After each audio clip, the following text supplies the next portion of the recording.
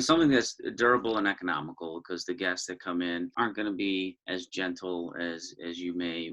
This is my check-in guide. So this is emailed 2 days before check-in to the guest, and also text message to the guest as well. Just on the inside, I do a noise monitoring device that measures the decibels. I can start to monitor, again, like you write the rental rules, no parties. If I'm saying that no parties and such, I set the decibel level to notify me if it gets higher.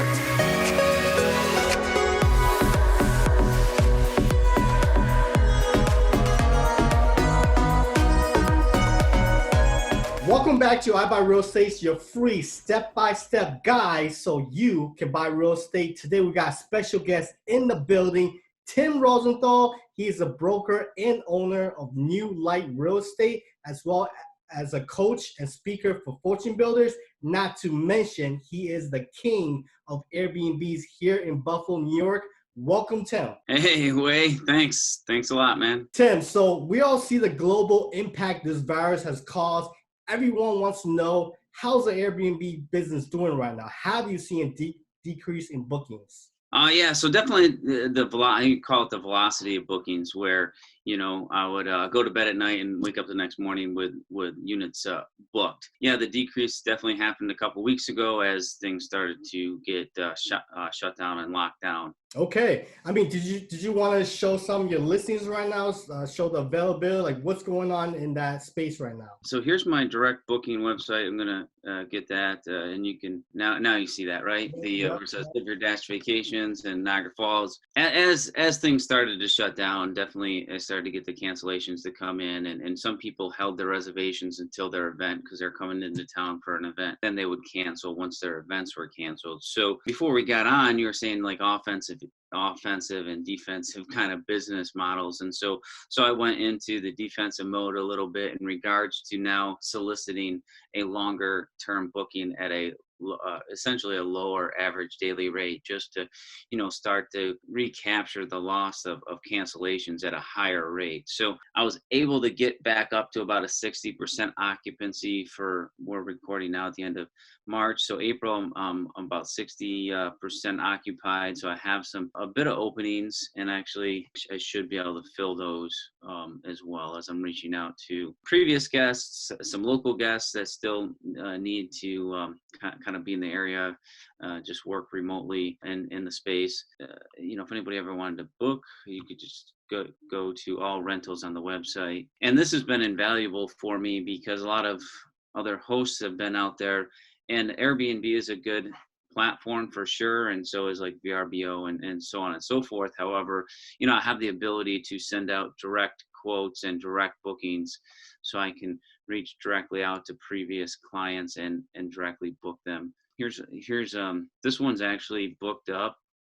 I actually have a longer term guest, and it's downtown Buffalo, one of my newer units. And since I'm going to talk about this was a unit that was, prior to the coronavirus, was being scouted for a movie shoot. And I met the director of Forgetting Sarah Marshall, Knocked Up, those type of movies. And Jed Apatow was the producer on it. And so they came and they were going to shoot a movie. Right here is what they liked for the movie scenes, were not so much the beds, but they're trying to mimic New York City. And in New York City, you have buildings. They really liked that, and they came, and it was going to be going to start the shoot the second week of April. Then I got word that they were put on hold, as everybody else was. And so I don't know when that will restart. So I just continued with I was going to move my long-term guest to another unit. I was going to say real quick, the pictures look amazing. I think we can both agree that the number one factor to get bookings is the pictures. Pictures are worth 1,000 words, the old saying. And so people want to be able to see that it's nice, clean, open, have the amenities, try to, show that there's, coffee, toaster, those type of essentials. I think I have a shot here with the little, so here's the microwave, but over on the other side is a little wine bar. So if guests come in, there's, they can have their own little, wine fridge, but then you got, some wine bottles, just to paint the picture. So they're looking for the experience. So it's not so much about the spaces. They want to experience what it's like to live in downtown Buffalo. And this is walking distance to the stadiums, KeyBank Center. So obviously great location. just challenging with a lot of those events being canceled. Because the way I like to scale is I have a couple units in that one building. I have here's like a standalone unit that actually isn't available right now because I actually have a long-term guest in here and their lease is going to end in August because their house burnt down, and connected with a company that relocates people who had that issue. And so just to share, that has been a 9-month lease at $3,000 a month, so pretty good, and they pay all utilities. Another one that is in the Remington Lofts area, Remington Tavern. So I want to first ask you really quick. The interior looks amazing. Like, what's your thought process in staging them? Like what comes to mind? Where do you shop, and what do you look? What material do you look for when you're looking to stage? Oh yeah, so staging is locally I usually go to like a Big Lots, Home Goods. I couldn't think of the name there for a second, and then Wayfair and Amazon.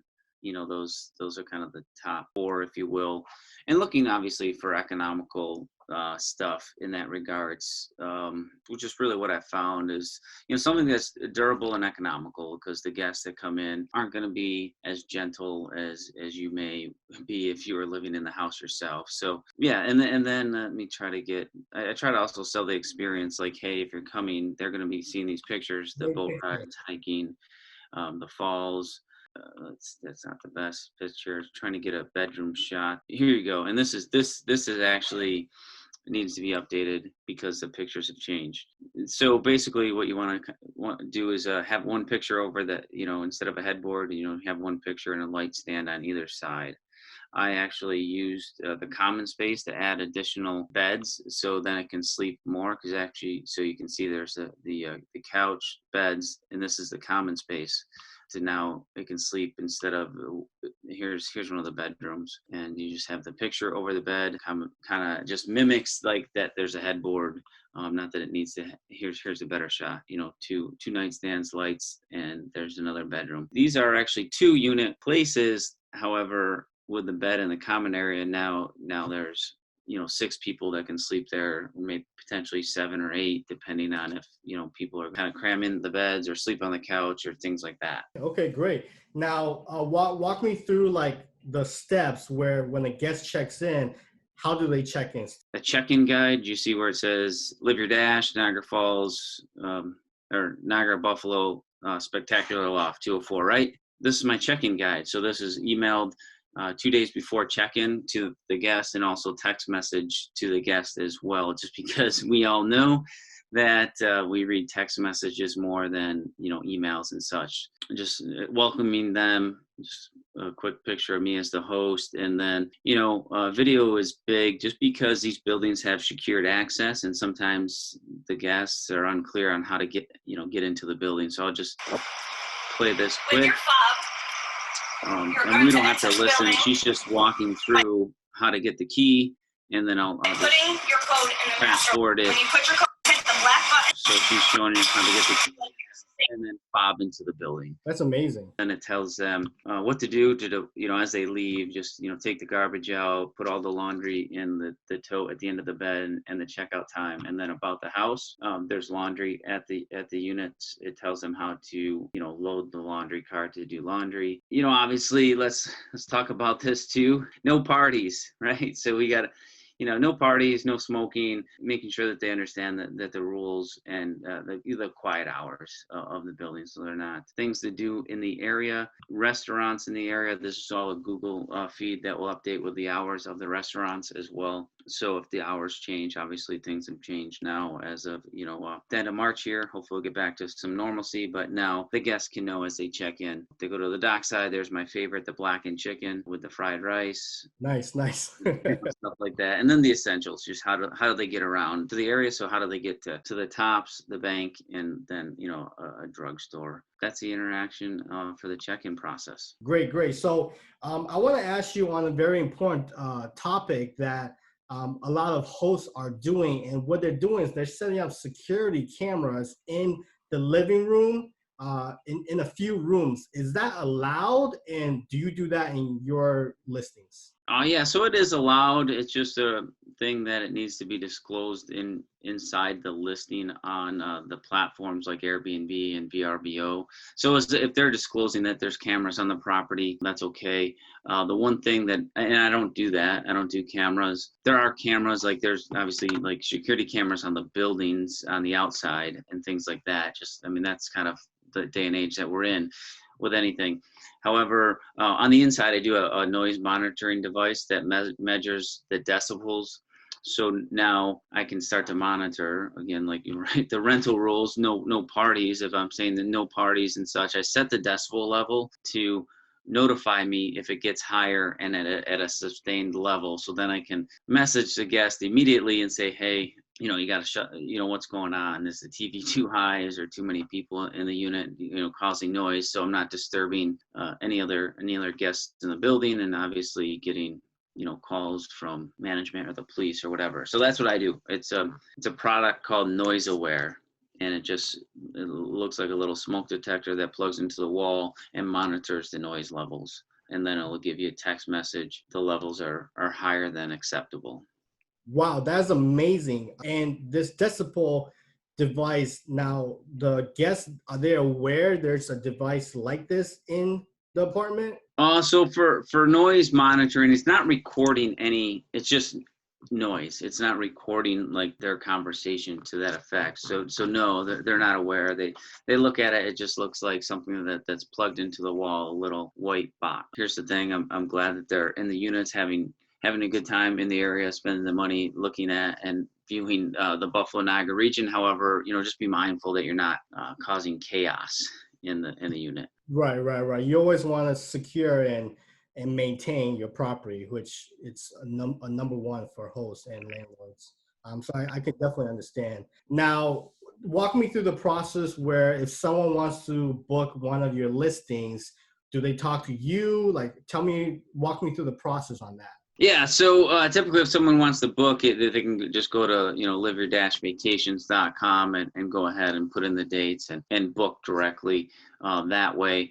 They also can call in and get booked. And also, too, we're on the OTAs, online travel agencies is what OTA stands for. So, obviously Airbnb and VRBO. So on Airbnb, not that it's a bad platform, or VRBO, obviously they're operating, they also charge an additional fee, and that's charged to the guest. And I do too as well. It's a little less than those platforms, so you're going to get a little bit more of a discount by going directly to myself. Got it. So I see that you have at least 9 listings. I heard of some third-party apps called Guesty, where they actually communicate with the guests instead of you communicating. Like, tell me, when would someone actually need to use that third-party app, and how is it with you communicating with the guests? Is it hassle? Tell me about that. Yeah, sure. So I use a platform called Smart B&B, and that's a nice little messaging platform where it ties in all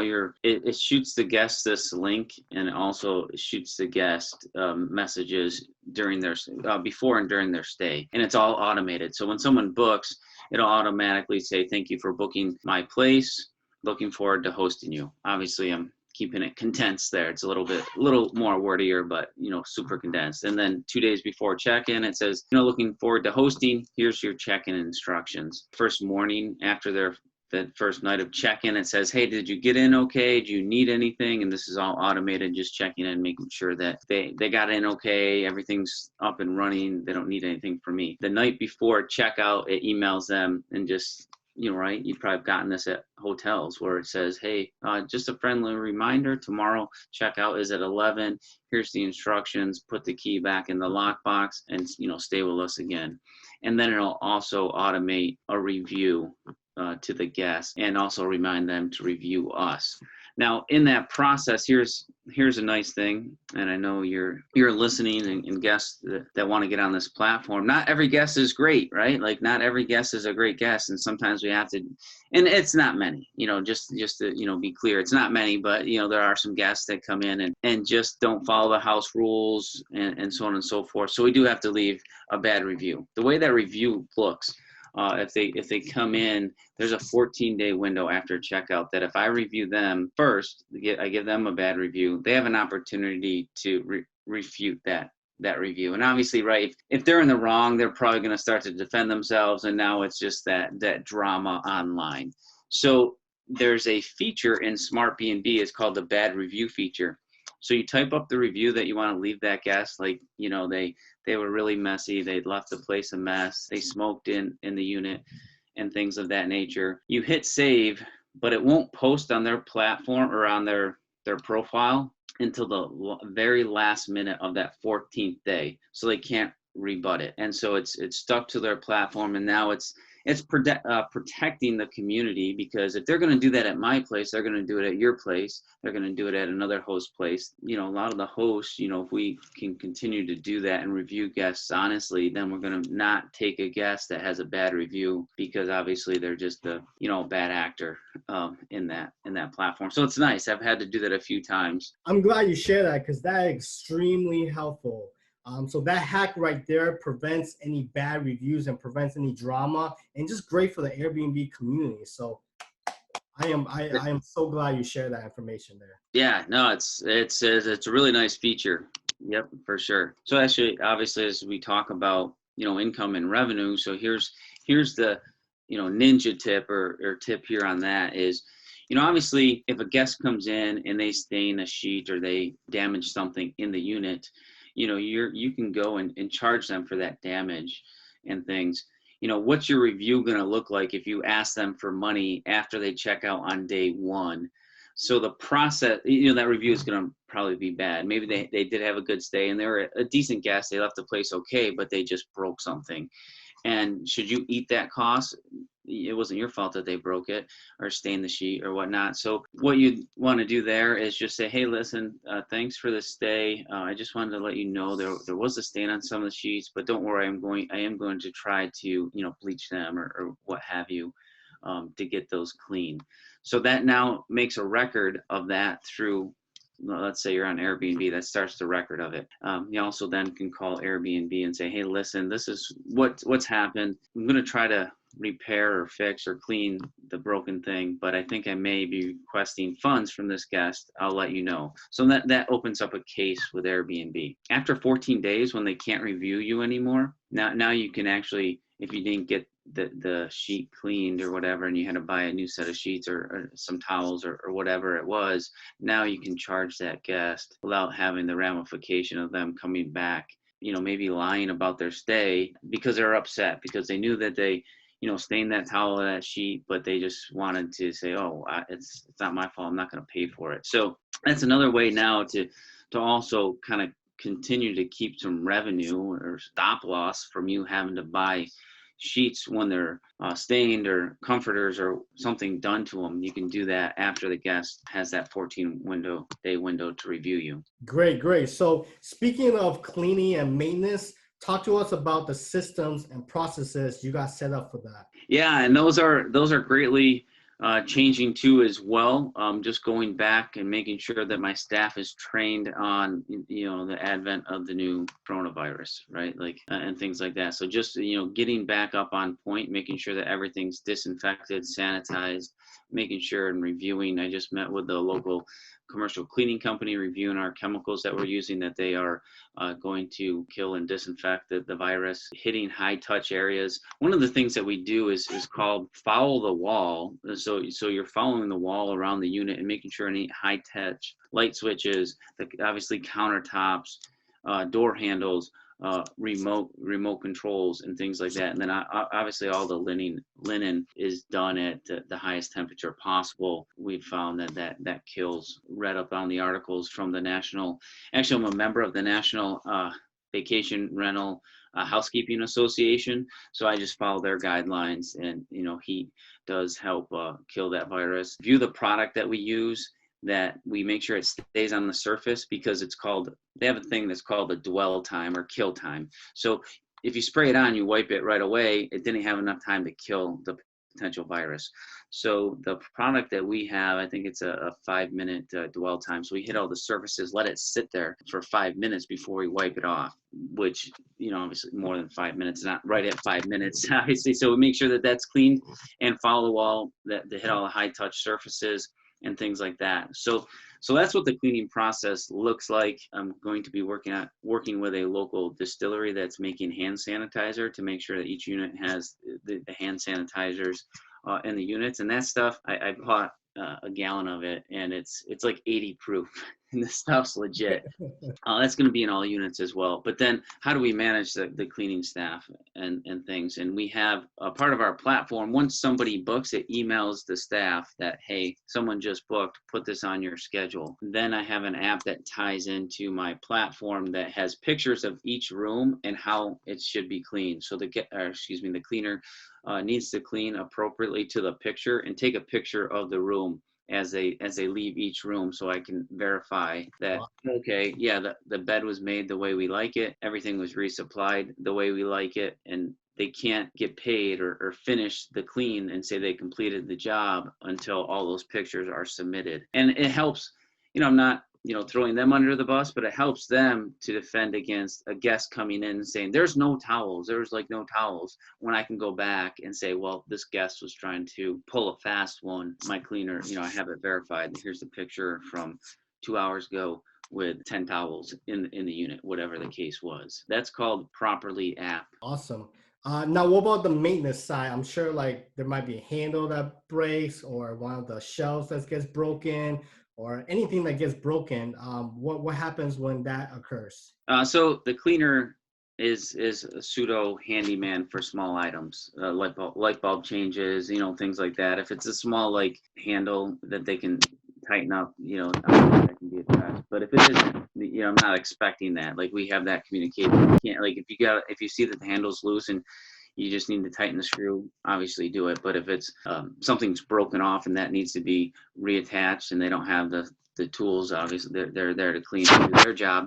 So what they do inside that app is create a work order, which now is submitted back to me, which then I can now address with my maintenance guy to go over and fix it. Then it's trackable. It's inside the clean, and I can see like, oh, okay, here's the picture of the broken handle, and now that can be addressed. Beautiful, beautiful. So one thing that I think is a concern for all the hosts out there is theft.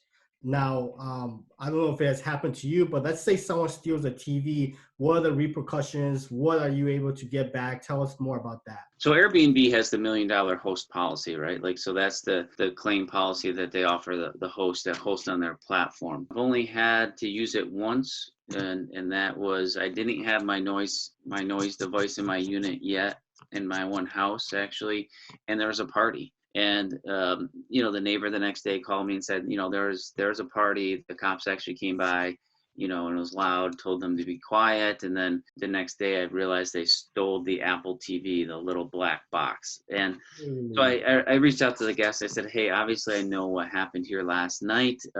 Return the Apple TV. They denied it. I called Airbnb. They, their process is they reach out to the guest too and give them a 72-hour window to make it right. They never made it right. So Airbnb, it was a $200 product, and so they sent me $200. That's how that looks. And I've only had to use that once. One other time, and this was maybe rare, but one of my guests' kid threw a toy at the TV and cracked the screen. And she notified me right. She's like, my kid did this, and she paid me. I mean, I could have obviously went through Airbnb and they would have done that through the host guarantee on that, but she paid me it was a brand new TV. It was a brand new unit that I set up. Lastly, now, if somebody books from my website, they're booking directly with me. I'm the merchant of record. So I actually have an additional insurance that I carry that if that happens, then I get paid out through that, right? Because way you come and stay directly with me through Live Your Dash Vacations, and if something happened, I can't go to Airbnb because they're not going through that. So that's the benefits that I have built in for security purposes. Now, you mentioned that that one guy or that group of people that stole the Apple TV. Are they like blacklisted on Airbnb? Like, what are they banned? Like, do you know what happens to them? Yeah, I imagine. I think their profile is removed. I never followed up to see if their profile was removed on the platform, because the one thing is you can't search guests. Like I couldn't, like if you have a profile, I can't search out for you and say, oh, Wei is still on Airbnb. They only can search out me. I would just know that if that was the case, and I used the bad review function. So I gave them a bad review. I'm sure the guest probably deactivated the account, or Airbnb, I'm sure did as well, since they knew that that happened. Got it, got it. So great. I think you cover mostly everything there is about Airbnb. I don't know if I'm missing anything. No, no. I mean, I think that's pretty much everything on the platform. Just like anything in real estate and in life, it's taking action. I didn't learn this overnight. It's just about taking action, learning the process, having the experience, going to and training myself through online platforms and so on and so forth, just to learn more to kind of grow my business. Okay. Well, if you had to tell the viewers one Airbnb story that comes to mind, whether that's positive, negative, or some crazy guess, what comes to mind? Let's see. Let's see. Oh, that's a craziest thing. I guess it's kind of. This just sticks to mind. It's just kind of a funny thing. Is I have a house that I use as Airbnb, and it was right when the temperature changed, so I had to rush out and put the AC units in the windows. And the guest was checking in that night, so I put them in, but I didn't. You know how you should. I just shut the window, and I'm like, well, they're checking out in 2 days, so I'll just come in and seal them up and screw them. Really secure them. I didn't have time because they're going to be there pretty quickly. So I figured I'd be good for one stay. Consequently, that I go by that house every day on my way to the gym. So I'm going by 7 in the morning, and I see that the air conditioner is on the roof of the porch. So What? yeah, it's like 7 a.m. and I see it there, and I'm like, what the heck? I mean, I called the guest. They were not from the States, and that's fine. That's the business that we're in. And I said, hey, are you guys okay? Like the air conditioning unit's on the roof. They're like, oh yeah, we wanted fresh air. Now, mind you, there's two windows, like one in that room. The one window had the air conditioning unit. The other window was perfectly fine to open and get fresh air. And I said, and what I was thinking too was that was plugged in. So the cord, like I'm thinking the cord like probably ripped out. It's probably plugged in. It's frayed, and like now it's like a live cord. And I said, hey, is the cord, like what's up with the cord? Is it still there? And there was a language difference there, and they didn't even know what a cord was. So, hey, what do you mean? What's a cord? I go, the thing that comes out of the air conditioner. Right. And luckily, it just dented the air conditioner. It worked perfectly fine. I went back the day after they checked out, and I guess it was more my fault to not realize that the temperature was going to be 80 those next few days. And I'm like, oh man, how Buffalo is. It changes so quickly at times. So yeah, I thought that was funny that they opened the window, the air conditioner was in, it fell onto the roof, and they're completely confused on what happened there. But yeah. That must have been shocking. Like you probably wouldn't like. You're probably like, what happened? Like, what the heck happened? Yeah. I was like, what? And I must have just missed it, because as I was driving by, I'm like, what's that? And I could see the person kind of walking away from the window as well instantly. I'm like, oh, geez. We'll have a drink sometime, Wei, and I'll tell you some other stuff that might not be applicable for your channel. But yeah, a few things. And most of the time, the guests are very mindful and great and things like that. And that's the beauty. I'll share this last story that sticks into mind. I have a guest staying at my downtown place.